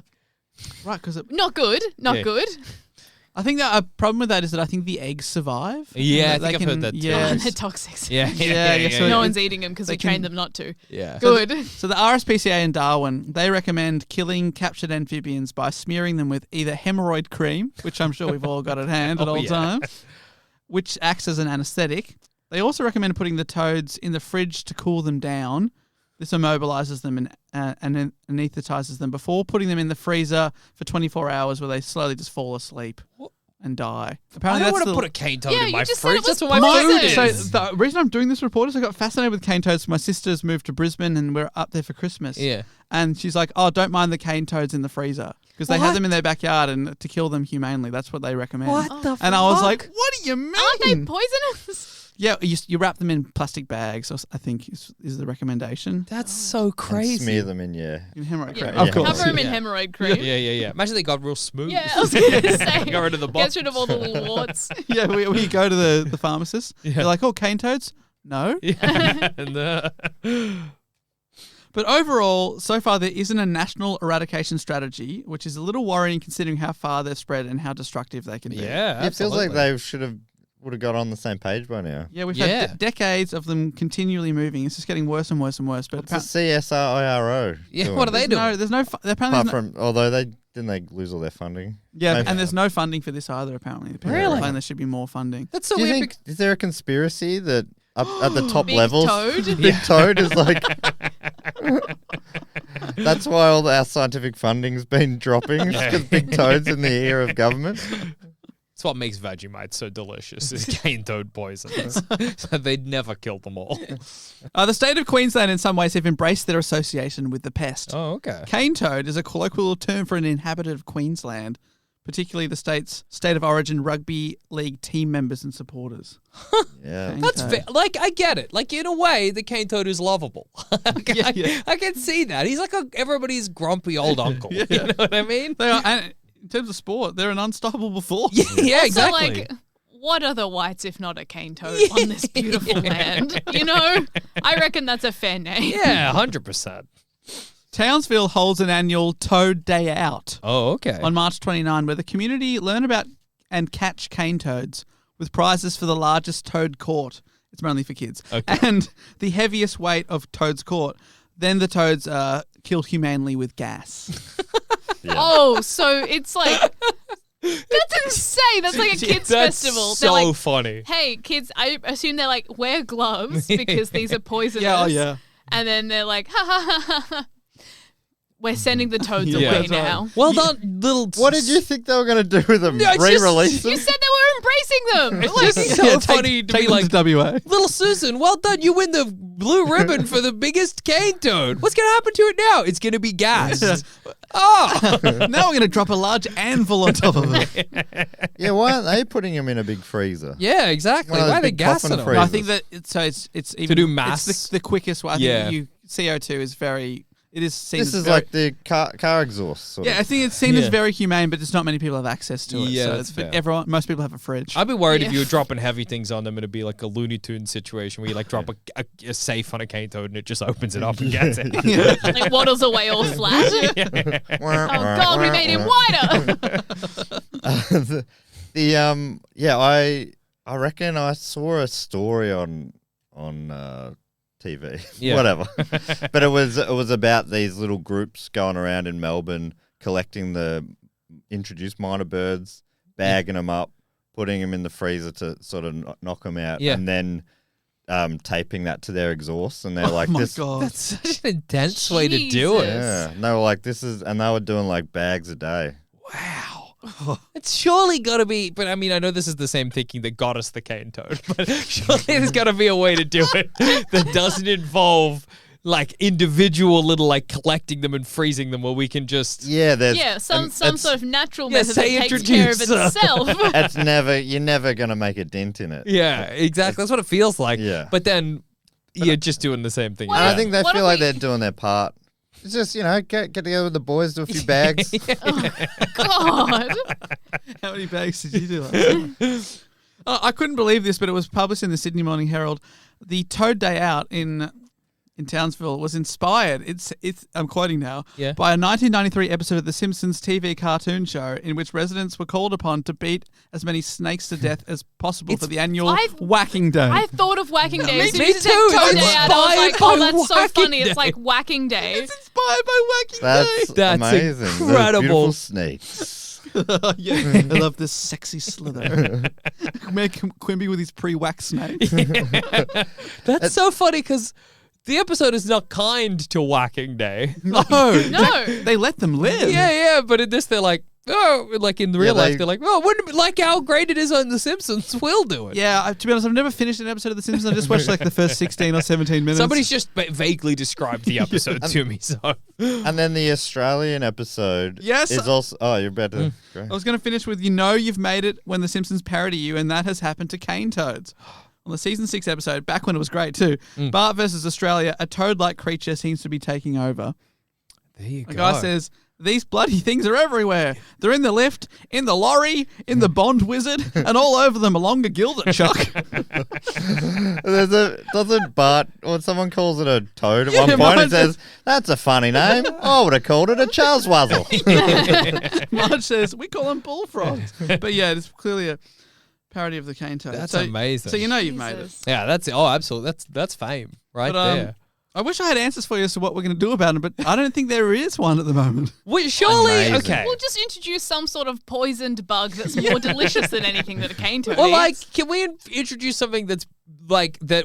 So yes, it will become a problem, but it's going to breed slower, so it'll be easier to take care of.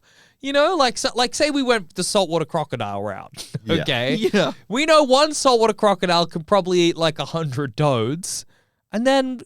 Well, it can't be that hard to get rid of a saltwater crocodile, What about all right? you can just Yeah, what about they're you on land fence off, especially. Yeah, fence off some area, like really fence it off. yeah, Drop a couple of saltwater crocs in there, yeah, or maybe one, pretty territorial. yeah. And once he's eaten all his frogs, take him home, move the fence to a different bit. Yeah. Oh, just fence in little areas. At a Yeah, maybe time. put the fence on wheels Yeah. with a remote control, and it's just slowly Oh, no, moving you'd need across to the keep land. You'd need to keep it fenced off so that no cane toads got in. Okay, Yeah. we're going to have to divvy up the land with little fences. Yeah, and have a gate. Let them into the gate. Can you train a crocodile? Well, then we domesticate them, I think I basically. reckon Bob Irwin I think it's could. rude to think we could. I think if we manage to domesticate a crocodile, that crocodile's smarter than the person who trained it. You know what? I think actually the solution we talked about earlier in this episode with the Burmese python. What's that eating heaps of? Frogs. What are frogs kind of toads? Yeah.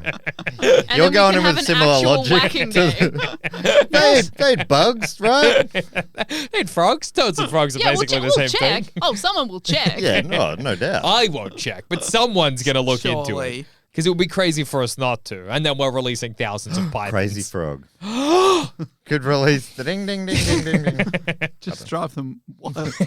They love it and start boning even more. Oh, no! The crazy frog starts breeding. Yeah. Why didn't you test it? Oh no, they've developed little penises and aviation goggles. And little vests. Why did they develop pants? Can we just show the crazy frog's penis on TV? That's really awesome, I think.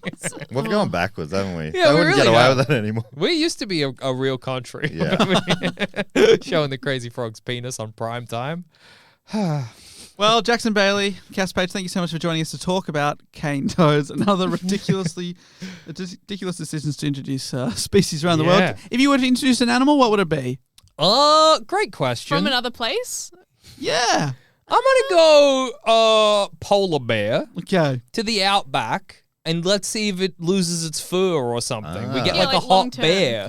Wouldn't that be cool? And you got to do it like they've done and bring heaps of them. Yeah. Put them in a tent to mate for a bit and then release them. So there's like 1 million. Yeah, because otherwise, obviously, the bear will just get too hot and die. But we Yeah. want enough that in like 400 years, we're like, you know that hairless bear? Yeah. That was introduced by Jackson after an episode of Do Go On. And that's what it's Oh. like 4,000 years now we call dingoes native. Yeah, exactly. So, 4,000 years, the hairless bear, our native bear. Yeah, because can you say anything is native after a long time? Yeah. You go back to like when we're like Gondwana or something.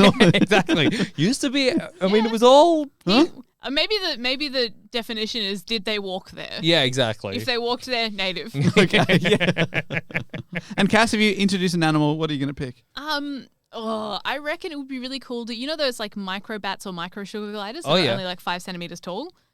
Yes. Bring those into the suburbs. Oh, yeah. I want those instead of mice. Yeah, they are okay, cute. yeah. They can great. be up high mice. They can imagine instead of little cobwebs in your corner, you just got a tiny little bat or a sugar glider just hanging out in the eaves. That rolls. That would be cute. I feel like enough people have those old share houses that have picture railings in them. that Yeah. A little sugar glider sneaking across there, That would be jumping from eave to eave. I would prefer that. And then they can kick out the introduced mice. Yeah, absolutely. Our native mice are beautiful. Yeah, they are. They're very nice. Very Very cute. lovely. Now, if we want to hear more of you guys do multiple podcasts. Where can we hear those and what are they? God, we're sick with them. Yeah. Riddled It's with podcasts. disgusting. Well, we both do D&D is for nerds. Yeah, that's true. If you like Dungeons and Dragons, you can listen to D&D is for Nerds. Yeah. I personally do Plumbing the Death Star, Thumb Cramps, Baseless Speculation. That might be it. D&D is for Nerds. Yeah. I'm also on Shut Up a Second, which Jackson's on sometimes Yeah, as well. oh yeah, I'll Sometimes pop I in. pop into a thumb cramps. Mhm. It's great. Yeah, it's all. Just go to sandspensradio.com, click on a podcast. Oh, it's all there. We'll be in one of them, guaranteed. And you want to find me personally, I'm at All Dogs Are Dead on Twitter. And I'm at Cass Page. Great. Thank you so much for joining us. Thanks for having us. Thank you. I'm going to be thinking about cane toads for the rest of the freaking week. And we're back in the room. Sadly, I have had to depart from Matt. Well, Matt had to depart from me. He had to watch an NFL game in an Irish pub. Cultured activities like that really awaited him. So he had to leave. It's Dave here, by the way. And it's going to be solo tonight. A solo mission through what everyone is calling their favourite section of the show. And I'm pretty happy about that I've been trusted with the favourite part of the show. Now I've got that pesky report out the way. It's on to a thing that we like to call the fact, quote, or question, which has a jingle that goes something like this. Fact, quote, or question, ding. Almost lost it, but saved it, I reckon. Always remembers the ding and absolutely nailed it. This is the part of the show where we like to thank the people that make it possible, our fantastic Patreon supporters. And those people have been to either dogoonpod.com or patreon.com/dogoonpod, and they've signed up to support the show, which is fantastic, because otherwise we can't do it every single week. We're approaching our 350th week in a row coming up very, very soon. So this is amazing, and it could not have been possible without these supporters. And in exchange for your support and their support, you can get a bunch of rewards, including 3 bonus episodes a month. I just put out one just a couple of days ago now. That was a mini report on Thomas Fitzpatrick, who stole and landed 2 planes on the street of New York City. Why, you ask? The answer, of course, is a drunken bet. A drunken bet. Or two. So we put out nearly 150 of those bonus episodes now. And sometimes people ask, oh, how long do they go for? Well, last month, Matt did one which went for over 2 hours. So you really get bang for your buck there when he went through every single reference in the song We Didn't Start the Fire. All those things. Billy Joel song. Everything that he referenced in that song, Matt explained all of them, and it was fantastic. Very, very fun. But yeah, 2-hour episode. That awaits you, as well as 140-something other episodes, and you get access to all the back catalogue as soon as you support the show on that level, and then you get 3 bonus episodes going forward. So yeah, check it out. A bunch of other rewards too, but that does seem to be a popular one.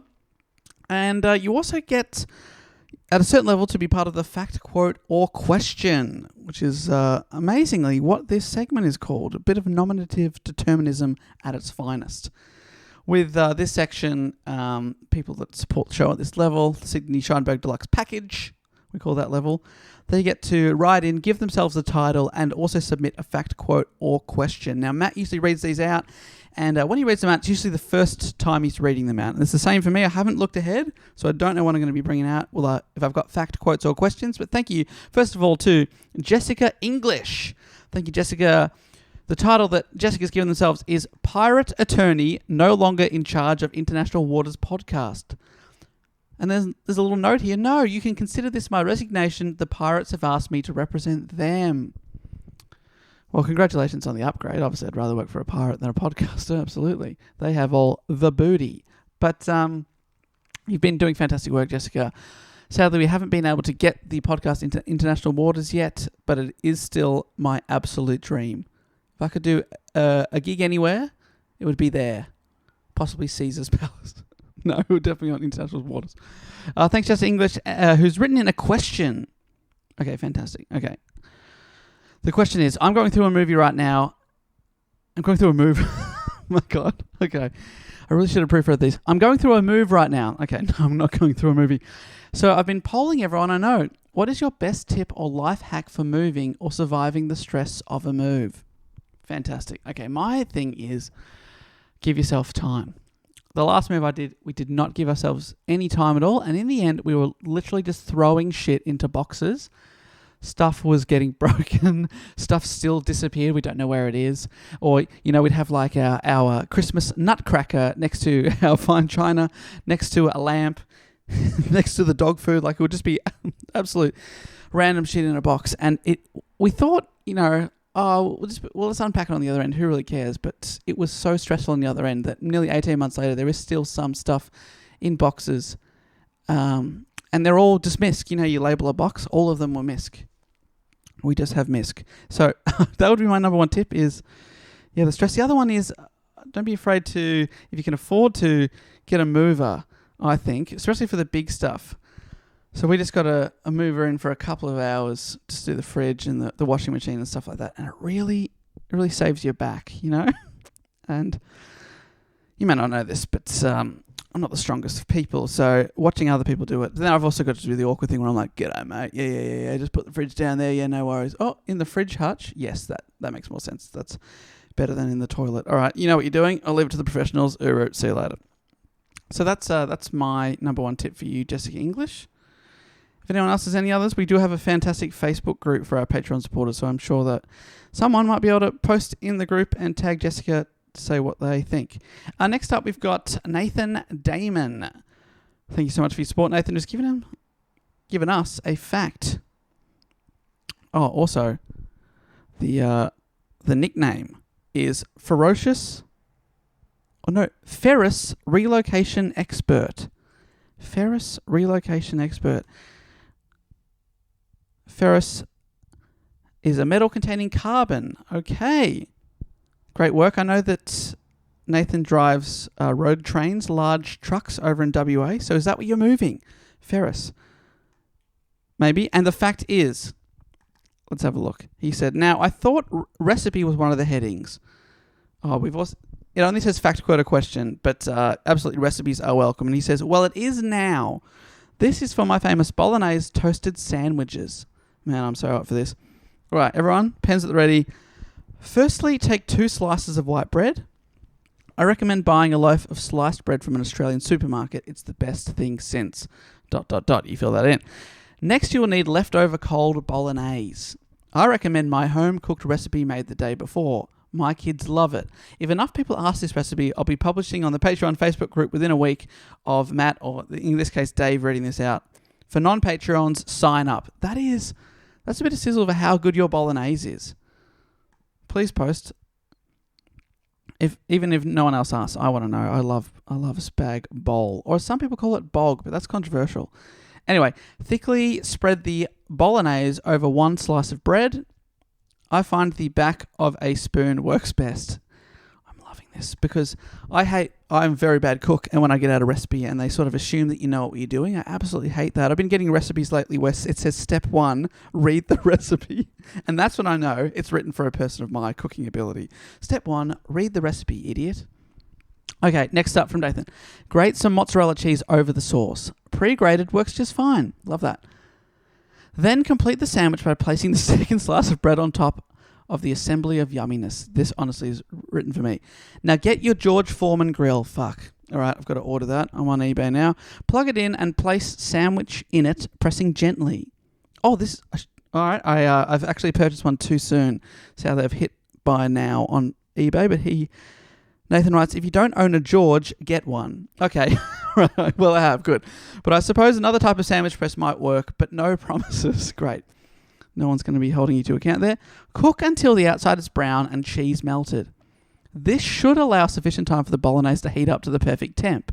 Now, grab a beer, put the Saints game on. The Eagles aren't doing so well. Go Saints, and enjoy. I don't trust a recipe that doesn't say enjoy at the end. I really don't. Nathan has got another tip here. For more cooking tips, simply Google cooking tips. That's what I do. That's a good tip. Love the show, guys, and go Saints. I'm on the bandwagon. Thanks, Nathan Damon. If anyone makes this recipe, I would love to see these sandwiches. And please, Nathan, post in the Facebook group. I really want to see your recipe for spaghetti bolognese. Next up, and usually it's Matt's job to pronounce this name a couple of different ways. Alex Bacci, or Backy. The problem is I've heard Matt say it both ways so many times, I don't know what's right, Alex. I'm so sorry, but the fact is you've given yourself the title of Minister of Pittsburgh Facts. Oh, yes. All right, and it is a fact. This makes sense. Alex writes, most Americans think the Lewis and Clark expedition actually started in St. Louis, but actually it began in Pittsburgh. There you go. They started on the Ohio River, which begins in Pittsburgh. P.S. This would be a great topic for a report. I think I'll put it in the hat, but if not, here it is again. Imagine Burke and Wills, except they didn't split the party. Thanks, Yins. Yins, we of course learned recently that is a local slang over there. Yins. Alex, you're my yin. Can I say that? I don't know. I don't know how to put it into context, but thank you so much. And finally, it's Roy Phillips. Roy Phillips, you're an absolute legend, and their title is Chips Chopper, Chip Shipper, and Chip Checker for a Chip Shop. Yes! Got it. Thank you so much, Roy, for trying to pull one over there, but you didn't. It's a question, and that is, what's your least favourite part about flying? Okay, I'm assuming you mean the process of flying in an aeroplane, not getting up there. I mean, the lack of oxygen, if you're really up high. My least favourite part, I've got to say, if it is about the process of flying, going through an airport and all that sort of stuff, it has to be, it's got to be when you're at security and you get to the bit where you have to have your stuff scanned. You put in those little trays, they x-ray it, whatever. I hate how there's no consistency about whether you have to take your laptop or tablet out of your bag. And I feel like I always want to do the right thing, so I say to them, laptop out, and every time I ask that, they look at you like, no, of course not, we don't do that here. But anytime you don't say that, they go, is there a laptop in here? You got to take that out. Oh, of course you got to take that out. So I feel like I can never get that right. It's the same with my boots that I like to wear. Boots on, boots off, and they look at you like, mate, why would I get you to take your boots off, you idiot? That's gross. Or if you don't, they go, mate, not in those boots, take them off. So you can't win, and I overthink that moment. I stress too much, especially if you've been awake for 24 hours, as is the case when you fly anywhere internationally from Australia. I think that's it. At least favorite part about flying. I'm going to go on a bit of a trip soon. I'm flying back to Europe, and yeah, now I'm not looking forward to that bit. But the rest of it's pretty good. I don't mind flying, especially long haul, because I like the fact that unlike anywhere else, you're uncontactable. It's like you have to sit back and that's it. It's time to watch movies, if you are on a plane with movies, obviously. And yeah, like there's nothing you can do. And when they offer you Wi-Fi, I'm always like, no, why would I want to be contactable? This is my one little time where I don't exist on planet Earth, and I love that. So looking forward to that. That's my favourite part about flying. Anyway, great. Also, the food is a lot better than people think. But also, I have very basic taste, and I love mushy food. All right, thanks to Roy, Alex, Nathan, and Jessica. And now it's time to thank a few more Patreon supporters. These are the people that have been supporting the show. And one of the rewards is a shout-out. And some of these people have been waiting over a year to get their shout-out. So let's get to them now. And usually we play a little game where we come up with something related to the topic to assign each of these absolute legends. And I'll tell you what, when I was researching this topic, cane toads came up on the list of the 100 of the world's worst invasive alien species made by the Global Invasive Species Database. I just thought it was the greatest thing ever, that 100 of the world's worst invasive alien species. So how about I give each of you one of these species to do with what you will. Either introduce it into your own backyard, or perhaps it is your job to eradicate this.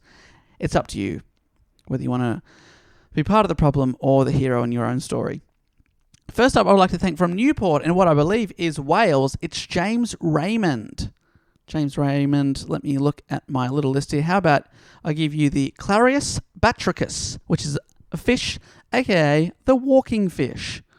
Walking fish. It is native to Southeast Asia and is invasive in North America. And it is named for its ability to walk and wiggle across dry land to find food or suitable environments. So it doesn't truly walk, it wiggles. The wigglefish. How about that? You happy with that, James Raymond? Do what you will with that. If you want to introduce that to Wales, that's absolutely up to you. I would advise against it, but it's your prerogative. Thanks so much for your support. I'd like to thank also now from Perth, but in the ACT, it says here, it's Aidan Sweeney. All right, Aidan, let me go down this list. How about I'm going to give you another one from Asia. It's the Lamantria dispar, an insect, which is invasive worldwide. Okay, great, Mr. Worldwide. It is the pit bull of insects and is the Asian spongy moth, also called the Asian gypsy moth. There you go. It looks big. Though, having said that, I am just looking at like a blown-up photo of it. There's nothing for scale here, so I don't know. It's introduced to nearly all the continents, possibly not Antarctica. There you go. Aidan, you're already worldwide. Good stuff. Hey, next up, I would like to thank from Moxie in WA, and the name here is This Week in iPhone Podcast. This Week in iPhone. Great. A podcast you can subscribe to on your iPhone, I assume. Thank you so much for your support. All the way from Moxie. I said WA. I meant Washington, not Western Australia. Washington, the US. Moxie, Washington. It's This Week in iPhone Podcast. Let me give you a mammal. This is the Orotelegus carniculus, which is a mammal, also known as the European rabbit. Oh, that's the one I was talking about on this episode. Invasive in Australia and New Zealand. There you go. That's your problem now, This Week in iPhone Podcast. Thanks so much. How about now from staying in America, Texas, Roger H. Flores. And you're in Austin. Stay weird, which a reliable source, Matt Stewart, tells me is possibly kind of the saying over there. Roger H. Flores, stay weird or keep it weird. And it is with a herb, you'll be doing that. The Sphagneticola trilobata, also known as creeping oxeye or the Singapore daisy, invasive worldwide. Singapore daisy sounds lovely. The creeping oxeye sounds creepy. Honestly, I'm looking at it. It looks like a daisy. It's beautiful. That I don't really see it as an oxeye, but there you go. People love or hate this. Hate this one with that name. Hey, thanks, Roger. And I'd like to thank from London now, where I will be very soon with the Book Cheat podcast, and I really hope you'll be there on August the 10th. I'm doing a one-off Book Cheat show, which I assume I've announced by now on this at the start of an episode. But yes, August the 10th, a one-off Book Cheat, me and a couple of special guests at 229 The Venue. There's a ticket link in the description of this episode, and maybe you will get to see me and also Tina. Tina from London. Thank you so much, Tina, for your support. And I'm going to dedicate to you. What have I got here? It's a tree. The Lucania leucophila, also known as the white lead tree or the false koa. I also like the name Jumpy Bean. Invasive throughout the hotter regions of the world, native to Central America. Hot. Sounds hot. I'm looking at it. That's a hot plant. That is absolutely... That's popping. It's popping off the page. Because that was also called the river tamarind. Love these names. Hey, Tina, thanks so much. I'd like to thank now from Yuma in Arizona, Giovanna Reed. Giovanna Reed from Yuma. And I'm going to give to you a mammal. It's called... honestly, I'm just scrolling up and down the list, and I've found Rattus rattus, also known as the black rat, blue rat, bush rat, European house rat, roof rat, ship rat. I've been everywhere, man. And it's invasive worldwide, the Rattus rattus. Honestly, one of the most populous animals out there, you'd imagine. And now you're in charge of them. Giovanna, good luck. I'm sure you've got some in Yuma. I'd also like to thank from California in San Jose, Christina Howell. Christina Howell. Let me have a look. I'm going up to the top of the list. Oh, how about the Carcinus manus, a crustacean, known also as the European green crab or the shore crab, which is invasive in North America, Australia, parts of the South America, and South Africa, originally from Europe and Northern Africa. There you go. I'm looking at it. That's it's a pretty classic looking crab. People do not like how invasive it is, but I think it's a good looking crab. Can't argue with that. Thank you so much, Christina. I'd also like to thank from Bristol in the greatest of Britons. Love Bristol, beautiful city. Anna Wang. Anna Wang. Okay, I'm going up and down the list. Let me get to... Oh, I haven't had one of these yet.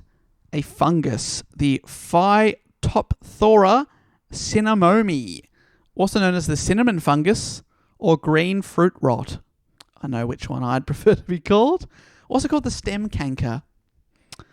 All good band names here. Cinnamon fungus, green fruit rot, and the stem cankers. And yes, it produces an infection which causes a condition in plants called root rot. Oh, okay. It's not very nice. But hey, if you're in charge of it, Anna Wang, maybe you'll be taking care of it. People will absolutely love you if you do that. Thank you so much. And finally, I would like to thank from Reading in Great Britain, it is Ashley Hunker. Ashley Hunker. Okay, how about this? I'm going to give you a mollusk. Love the word mollusk. Specifically the Pomacea canaliculata. A mollusk also known as the apple snail, channeled apple snail, golden apple snail. That sounds delicious. Are they edible? Let me look them up. South American in origin. It's also ranked as the 40th worst alien species in Europe and the worst alien species of gastropod in Europe. Oh man, people do not like these. But can you eat them? Human use. I'm on the wiki page now. The species is edible. Fantastic. Apparently in China and Southeast Asia. You eat them raw or undercooked. Oh, fantastic. Well, sounds delicious. Ashley Hunker, you can enjoy those. They're also invasive in Hawaii. There you go. Hey, thank you so much to all the fantastic people supporting the show, now in charge of an invasive species. Sorry to put that on top of you, but, Someone's got to deal with and or exploit these things. James, Aidan, This Week in iPhone, Roger, Tina, Giovanna, Christina, Anna, and Ashley. And Ashley, should say there. Not Ashley. Hashtag Ashley. Maybe that's what I was going for. And finally, it's time to check in on the Triptych Club. Now, this is a little secret club we've developed for people that have been on the show for 3 or supporting the show.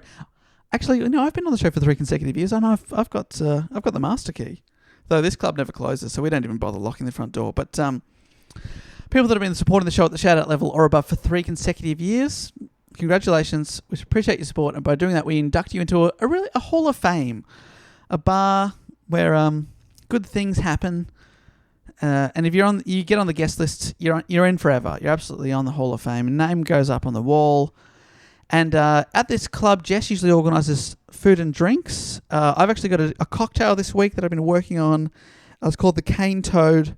What it is, you lick a cane toad, and then you take a shot of the cane toad anti-venom, and then also a shot of bourbon after that to take away the taste. And repeat throughout the night as you see fit. So that's called the Cane Toad. People said there's no use for cane toads, but I found one. Absolutely have found one. And as for a live band, you're never going to believe it, guys. I've actually booked this. We've been in contact back and forth for over a year. I first found these guys on Triple J Unearthed, a great metal / punk / rock band from Capricornia in Queensland. And they finally agreed to play the show tonight at the Triptych Club. And that is, you're not going to believe it, they're called Cane Toad. Cane Toad. I heard them, I listened to their song Dressed for Pleasure on Triple J Unearthed, and I just had to hear more live. So fantastic. Great. It will be great to have Taz, Jimmy, Aaron, and Mitch from Cane Toad rocking out the club tonight. And finally, it's only one thing left to do, and that's to check if there's anyone on the guest list. Any new inductees. Obviously, Matt usually stands by with the velvet rope, but I'll have to do that this week on myself. As I hype people up, everyone else is in the club. I'm on stage reading out the new guests as people from the club. Welcome the other inductees in. Usually come up with a bit of a pump up on their name, trying to, make them feel welcome in the club. So here we go. Jess usually pumps me up. So behind every hype man is a hype woman. Sadly, she's not here at the moment, so I will have to hype myself up as well. So here we go. I'm about to lose my mind on the record. Here we go. I'd like to welcome in, first of all, Alan Gilsonan from an unknown location. Alan Gilsonan, more like Thrillsonan when you're around, Alan. Yes, he's done it again. Fantastic. I'd also like to thank from Candler in North Carolina, which I know a fun fact about, but I don't have enough time. So sorry. But it's Therese or Teresa LaValle. Therese or Teresa LaValle. How about a real releaser of endorphins seeing you here tonight? How about that? Or Therese, all of my bad feelings. That's one for different pronunciations of your name. Obviously, if I get it wrong, you get to run out, join the end of the line and come back in, and I'll welcome you all the same. So, Therese or Teresa, I've got something for everyone. And I'd like to thank also from Footscray here in Victoria, it's Kyra Jacobson. Kyra on fire with Kyra. Woo, yeah, fantastic. I would like to thank from... They've given the pronunciation, which I appreciate. From Cymru in, I believe he's in Wales. It's Stafford Stone. Dafford Stone. I feel so good. I thought I was stoned, but it was just saying Dafford here. You're like a drug. Woo! You're a legend. I'm really running out of steam here. There's only one more to go. And finally, I'd like to thank from Pakenham in Victoria, and their name listed here is Astro_Jess. This night is really blasting off with Astro Jess. Woo! Hey, thank you so much to Alan, Therese, Teresa. I've really lost that name there. Kyra, Dafford, and Astro Jess. What an absolute pleasure to welcome you in and have your names put above the bar. Come in, have a Cane Toad. As Cane Toad, rock out. Wow, we made it. Hey, that brings us to the end of the episode, everyone. Thanks so much for sticking with me. I know it can be a little bit weird when you listen to one guy talking, even though there are podcasts out there that are just that. But usually there's 3 of us. And then there was only Matt and I, plus our fantastic guests. And then it was whittled down to me. But you stuck with it, and I appreciate it. We'll all be back together next week. But before that, you can get in contact with us at dogoonpod.com, where there's links to suggest a topic. Anyone can do that. There's links to our Patreon. We can get those rewards and support the show. There's links to our social media, which are at dogoonpod. And you can email us, dogoonpod@gmail.com. But apart from that, that's it for me. I'll say thank you so much for listening. We'll be back, as I say, next week with another episode with the crew back together. But until then, I'll say thank you so much and goodbye.